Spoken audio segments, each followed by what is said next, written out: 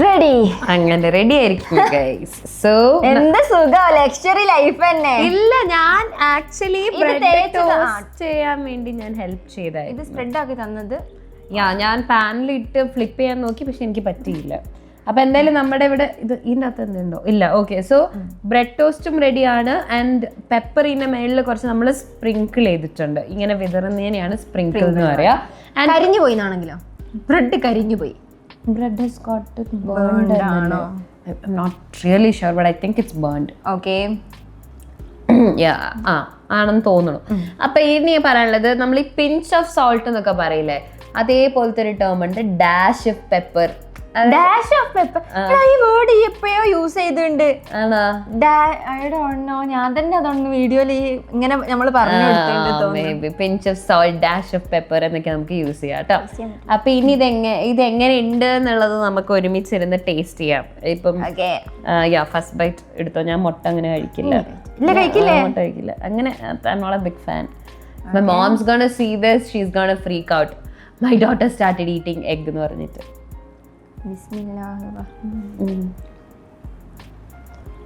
ഉപ്പുണ്ടോ? ഉണ്ട്. ഇല്ല, ഞാൻ മുട്ട കഴിച്ച് പിന്നെ വെറുതെ ഛർദ്ദിക്കും. ഇത് വേണമെങ്കിൽ കഴിക്കാം.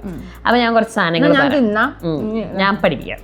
ഓക്കെ, അപ്പം നമ്മളിപ്പോൾ ഒരു സാൻഡ്വിച്ച് ഉണ്ടാക്കുന്ന സമയത്ത് നമ്മൾ ആദ്യം ബട്ടർ ബ്രെഡിന്റെ മേളിൽ തേച്ചു.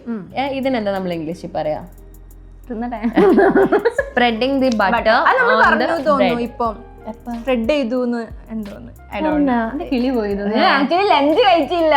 ഇവളോട് മലയാളത്തിൽ ഞാൻ എന്റെ ലഞ്ച് കൊടുക്കാന്ന് പറഞ്ഞത്. അപ്പൊ അവൾക്ക് നല്ലതൊന്നും പറ്റൂല. അവൾക്ക് ഉച്ചക്ക് ചിലപ്പോൾ മോമോസ് വേണ്ടി വരും, അല്ലെങ്കിൽ ഫ്രൈഡ് ചിക്കൻ പിസ്സ ഒക്കെ വേണ്ടി വരും. ഞാൻ നല്ല ചോറും തൈരും സോയയും നല്ല മാങ്ങ ചെറുതായിട്ട് അരിഞ്ഞിട്ട് ഉപ്പുമുളകൊക്കെ കിട്ടുള്ള സാധനമൊക്കെ കൊണ്ടുവന്നിട്ട് ഈ മണ്ടത്തേക്ക് വേണ്ട. അപ്പം എന്തായാലും let's come back to bread omelette. Okay, so ബ്രെഡിന് നമ്മൾ ആദ്യം ബ്രെഡ് ടോസ്റ്റ് ചെയ്യുന്ന സമയത്ത് ബ്രെഡിന്റെ മേളിൽ ബട്ടർ തേക്കുന്നതിനെയാണ് നമ്മൾ spreading the butter on the bread എന്ന് പറയുന്നത്.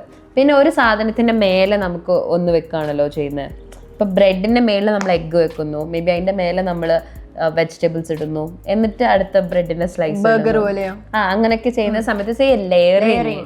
Okay, so you have the bottom layer which is the bread, and you put egg on top, and then you layer it with some vegetables, and then on top you might put another bread for the top layer. അപ്പൊ അങ്ങനെ layering എന്നുള്ളൊരു വേർഡും കൂടി നമുക്ക് പഠിക്കാം.